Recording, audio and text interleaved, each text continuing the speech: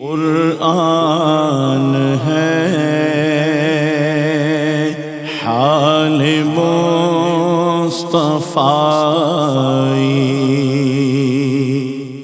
الحمدللہ رب العالمین والصلاة والسلام علی سید الانبیاء والمرسلین، اما بعد فاعوذ باللہ من الشیطان الرجیم، بسم اللہ الرحمن الرحیم۔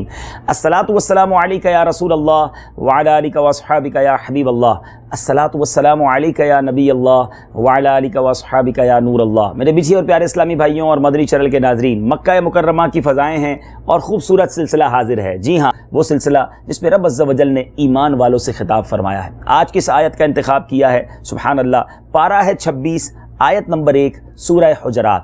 آئیے اس کی تلاوت سنتے ہیں۔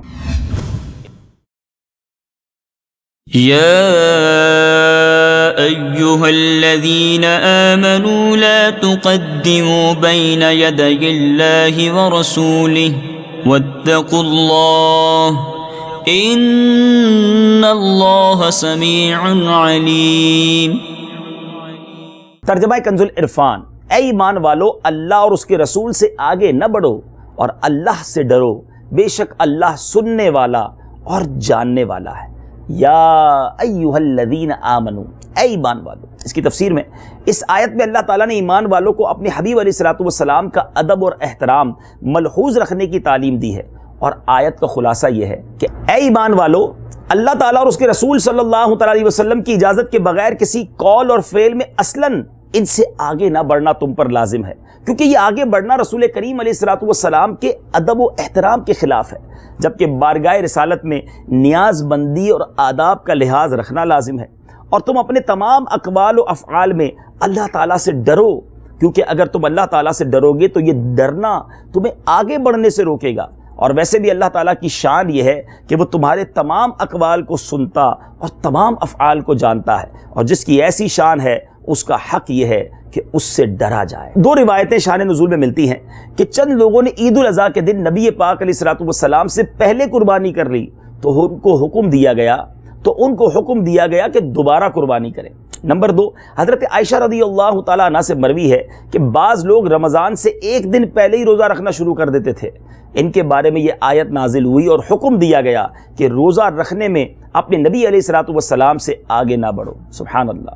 مفتی احمد یار خان نعیمی رحمۃ اللہ تعالی علیہ فرماتے ہیں، اس آیت کا شان نزول کچھ بھی ہو مگر یہ حکم سب کو عام ہے، یعنی کسی بات میں، کسی کام میں سرکار دو عالم صلی اللہ تعالیٰ علیہ وسلم سے آگے ہونا منع ہے۔ اگر حضور اکرم صلی اللہ تعالیٰ علیہ وسلم کے ساتھ ہمراہ راستے میں جا رہے ہوں تو آگے آگے چلنا منع ہے، مگر خادم کی حیثیت سے یا کسی ضرورت سے اجازت لے کر اگر کوئی آگے چلے تو وہ منع نہیں ہے۔ اسی طرح اپنی عقل اور اپنی رائے کو نبی پاک علیہ الصلوۃ والسلام کی رائے سے مقدم کرنا حرام ہے۔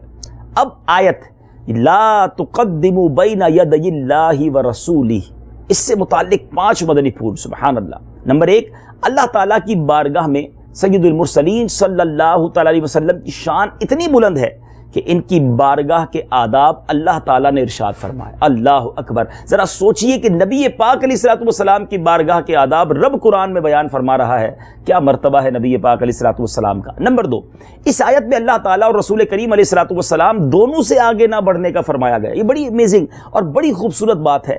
اللہ تعالیٰ سے تو آگے ہونا ممکن ہی نہیں ہے، کیونکہ وہ نہ زمانے میں ہے نہ کسی مکان میں۔ آگے ہونا یا پیچھے ہونا یہ تو زمانے میں ہوتا ہے یا جگہ میں ہوتا ہے۔ اب معلوم کیا ہوا؟ اس آیت کا مطلب یہ بنا، مقصد یہ بنا کہ رسول کریم علیہ الصلوۃ والسلام سے آگے نہ بڑھو، ان کی بے ادبی دراصل اللہ تعالیٰ کی بے ادبی ہے۔ اللہ اکبر۔ اعلیٰ حضرت امام اہل سنت لکھتے ہیں نا، بخدا خدا کا یہی ہے در، نہیں اور کوئی مفر مکر، جو وہاں سے ہو یہیں آ کے ہو، جو یہاں نہیں وہ وہاں نہیں۔ سبحان اللہ۔ قرآن پاک کی آیات سے یہ عقیدہ ثابت ہوتا ہے۔ نمبر 3، حضور پرنور صلی اللہ تعالیٰ علیہ وسلم کے خادم کی حیثیت سے کسی ضرورت کی بنا پر آپ سے آگے اجازت لے کر بڑھنا یہ اس ممانعت میں داخل نہیں ہے۔ لہٰذا حدیث میں جو بعض صحابہ کرام کا پیارے آقا علیہ الصلوۃ والسلام کے آگے آگے چلنا مذکور ہے وہ اس آیت میں داخل نہیں، کیونکہ ان کا چلنا خادم کی حیثیت سے تھا۔ اسی طرح حضرت صدیق اکبر رضی اللہ تعالیٰ عنہ کا امامت کروانا بھی اسی میں داخل ہے، کیونکہ آپ کا یہ عمل سرور کائنات صلی اللہ تعالیٰ علیہ وسلم کی اجازت سے تھا۔ نمبر 4، علامہ اسماعیل حقی رحمۃ اللہ تعالیٰ علیہ فرماتے ہیں، علماء کرام چونکہ انبیاء کرام کے وارث ہیں، اس لیے ان سے آگے بڑھنا بھی اسی ممانعت میں داخل ہے۔ اور اس کی دلیل حضرت ابو درداء رضی اللہ تعالیٰ عنہ سے مروی وہ روایت ہے جس میں آپ فرماتے ہیں کہ نبی اکرم علیہ الصلوۃ والسلام نے مجھے حضرت ابو بکر صدیق رضی اللہ تعالیٰ عنہ سے آگے چلتے ہوئے دیکھا تو ارشاد فرمایا، اے ابو درداء، کیا تم اس کے آگے چلتے ہو جو تم سے بلکہ ساری دنیا سے افضل ہے؟ اللہ اکبر۔ اس حدیث میں صدیق اکبر رضی اللہ تعالیٰ عنہ کا مرتبہ بھی پتہ چل رہا ہے۔ کیا بات ہے، جس نے نبی پاک کی سچی غلامی اختیار کر لی وہ افضل و اعلیٰ ہو گیا۔ ان کے جو غلام ہو گئے، وقت کے امام ہو گئے، نام لیوا ان کے جو ہوئے، ان کے اونچے نام ہو گئے۔ اور سبحان اللہ، یہاں علماء کرام کے ادب کا، اللہ کے نیک بندوں کے ادب کا بھی ہمیں درس مل رہا ہے۔ اور پانچویں بات، بعض ادب والے بزرگوں یا قرآن شریف کی طرف پیٹھ نہیں کرتے، ان کے اس عمل کا ماخذ بھی یہ آیت ہے۔ سبحان اللہ، اللہ ہمیں ادب کی توفیق عطا فرمائے۔ کسی نے کیا خوب کہا ہے، با ادب با نصیب، بے ادب بد نصیب۔ رب کریم ہمیں ہمیشہ با ادب رکھے، بزرگوں کا، مقدس چیزوں کا، اللہ والوں کا، اولیاء کرام کا، علماء کرام کا یہ ادب دل میں ہوگا تو انشاءاللہ اس کی برکتیں نصیب ہوں گی۔ خوبصورت آیت، خوبصورت میسج، پیارا پیغام ہم نے سنا۔ اگلے سلسلے میں ایک اور قرآن پاک کی آیت، اس کا ترجمہ اور تفسیر لے کر حاضر ہوں گے۔ ہمارے ساتھ رہیے گا، مدنی چینل دیکھتے رہیے گا۔ صلو علی الحبیب صلی اللہ تعالی علی محمد صلی اللہ علیہ وسلم۔ قرآن ہے